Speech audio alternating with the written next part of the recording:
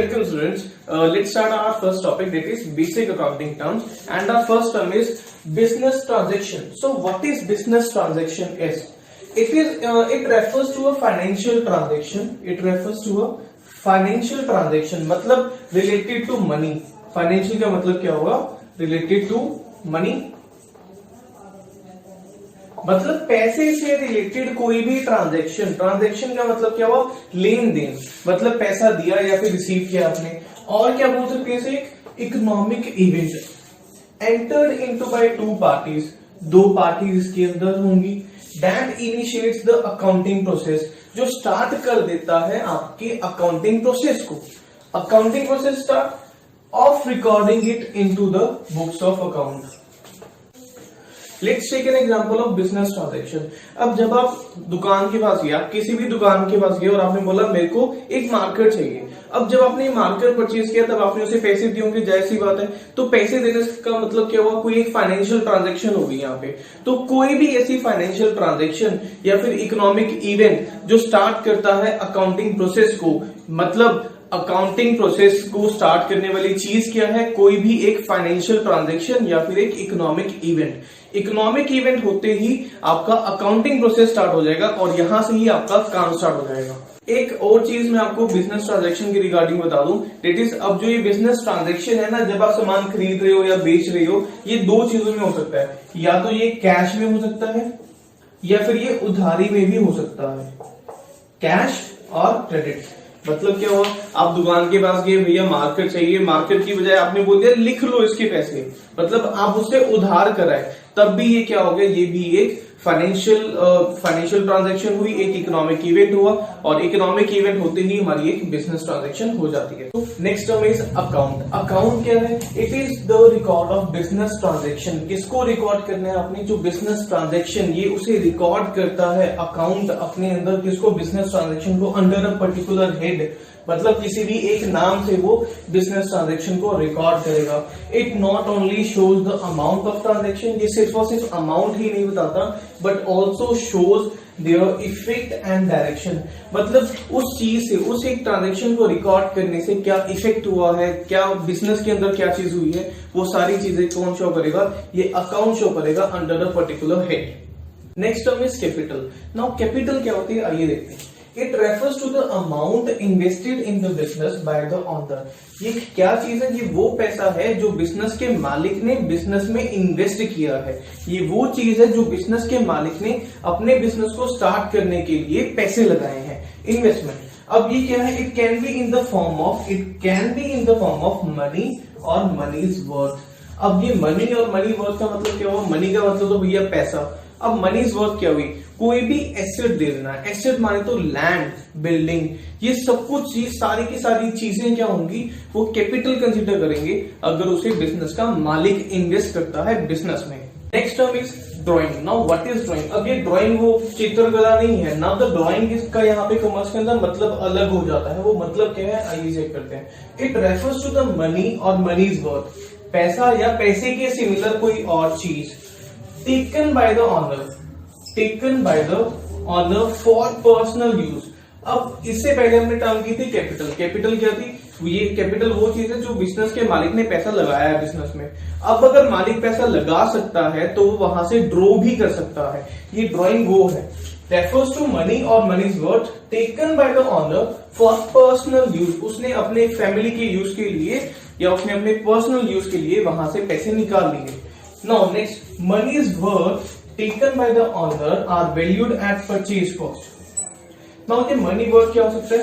Money worth कोई भी एक स्टॉक हो सकता है। स्टॉक का मतलब क्या बोलूं? गुड्स। जैसे मेरी शॉप है स्टेशनरी की और मैंने पैसा वहां पे इन्वेस्ट किया था, वो जो मैंने वहां पे पैसा इन्वेस्ट किया वो तो थी मेरी कैपिटल। अब मैं स्टेशनरी की शॉप से ये मार्कर को अपने पर्सनल यूज के लिए वहां से उठा लेता हूं, तो ये क्या होगी? ड्राइंग होगी। और मैं इसे रिकॉर्ड कितने पे करूंगा? जितने की मुझे इसकी कॉस्ट पड़ी है।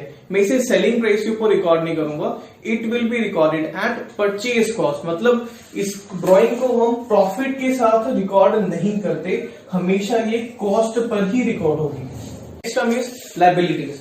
नाउ लायबिलिटीज क्या होते हैं ये चेक करते हैं। It refers to the amount owed amount owed मतलब हमने पैसा उधारी पे लिया हुआ है या हमने कोई चीज उधारी पे ली है, कोई हमारे ऊपर कोई उधार है। Payable, amount payable by the business, ये वो चीज है जिसका पैसा अभी बिजनेस ने देना है। रिस्पॉन्सिबिलिटी टू पे मतलब आपके कंधों के ऊपर अभी रिस्पॉन्सिबिलिटी है, ये पैसा आपने अभी आउटसाइडर्स को देना है या बिजनेस के अंदर किसी को देना है। अब ये लायबिलिटी दो काइंड की होती है, internal liability and external liability. Now internal से क्या मतलब हुआ, अंदर की बात। इंटरनल लायबिलिटी क्या हुई, liability towards honour.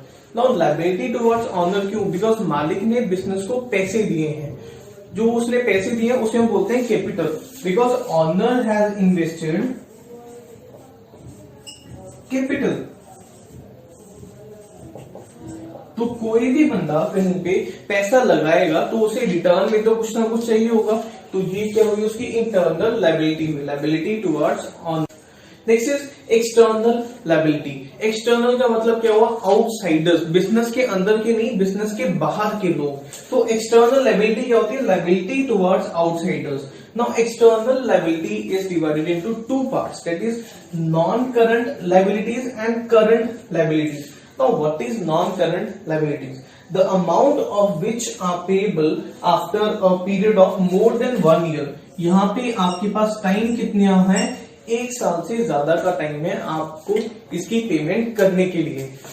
Now current liabilities क्या होती हैं, the amount of which must be payable within 1 year, not 1 month, year,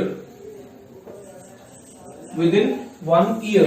इसकी पेमेंट आपको 1 साल के अंदर अंदर करनी होती है। और एक्सटर्नल और नॉन करंट लायबिलिटी की पेमेंट करने के लिए आपके पास 1 साल से ज्यादा का टाइम होता है।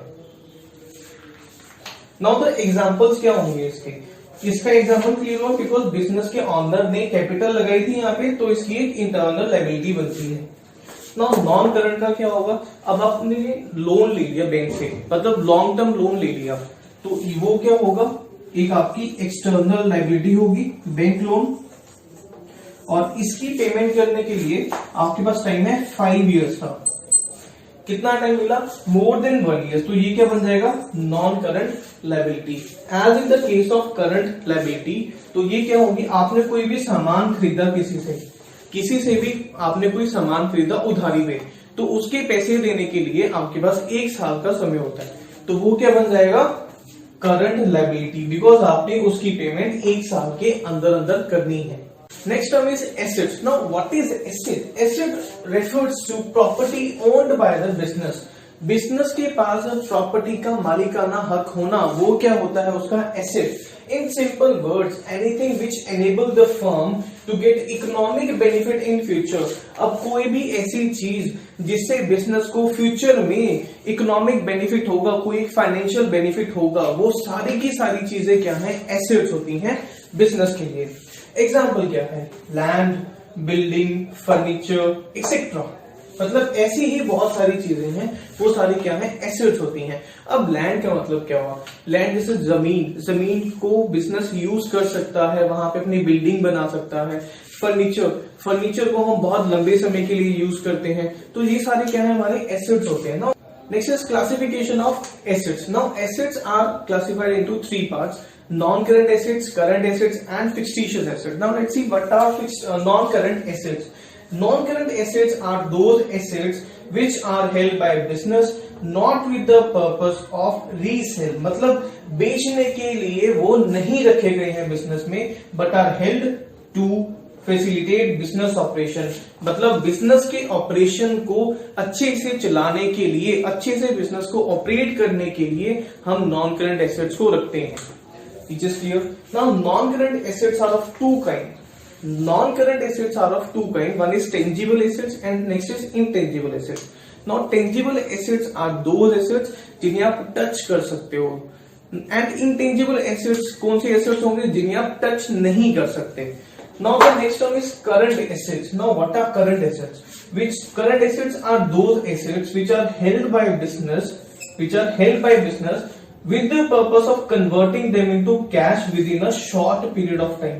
मतलब करंट एसेट्स को आप बेचने के लिए यूज करते हो, नॉन करंट एसेट्स को आप बिजनेस ऑपरेशन में हेल्प करने के लिए यूज करते हो, बिजनेस ऑपरेशन सही से चलते रहे उनके लिए आप नॉन करंट एसेट यूज करते हो। करंट एसेट्स आप सामान को बेचने के लिए यूज करते हो। चीज क्लियर? दोबारा कर लेते हैं एक बार। Are help by the business with the purpose of converting them into cash. Cash में कन्वर्ट कैसे होंगे? जब सामान बिकेगा तभी तो वो कैश में कन्वर्ट होंगे।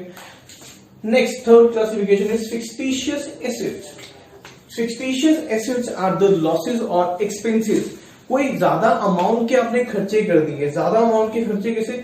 जैसे आपने एडवर्टीजमेंट कर दी, एडवर्टीजमेंट बुला लिया आपने सलमान खान को, 5 करोड़ रुपए सलमान खान ले गया एडवर्टीजमेंट करने के। इन केस अब अगर आप 5 करोड़ को एक ही साल के अंदर राइट ऑफ करते हो, मतलब अपनी बुक्स ऑफ अकाउंट्स के अंदर उसे मेंशन कर देते हो, तो आपकी कंपनी जाएगी लॉस के अंदर। कंपनी लॉस में जाना नहीं चाहती, इसीलिए उस खर्चे को कंपनी क्या करती है, हर ईयर राइट ऑफ करती है। मतलब उसका एक छोटा सा पोर्शन, मान लो खर्चा इतना हुआ है तो उसका इतना सा पोर्शन वो राइट ऑफ करती रहेगी एवरी ईयर। इसका दूसरा रीजन क्या है? बिकॉज वो जो एडवर्टीजमेंट चलेगी सलमान खान वाली, वो एडवर्टीजमेंट कुछ सालों तक चलेगी, तो जितने सालों तक उस एडवर्टीजमेंट का बेनिफिट होगा बिजनेस को, तो बिजनेस उस टोटल एक्सपेंडिचर को उतने सालों में डिवाइड कर सकता है। So these are the assets. Hopes हो कि आपको हमारी वीडियोस है पसंद आ रही हैं। पसंद आ रही है तो प्लीज लाइक कर दो, सब्सक्राइब कर दो हमारे चैनल को, और शेयर जरूर करो। जितने भी बच्चे हैं कॉमर्स के, आप अपने फ्रेंड्स को सेंड कर सकते हो सारी वीडियोस, शेयर करें। Thank you.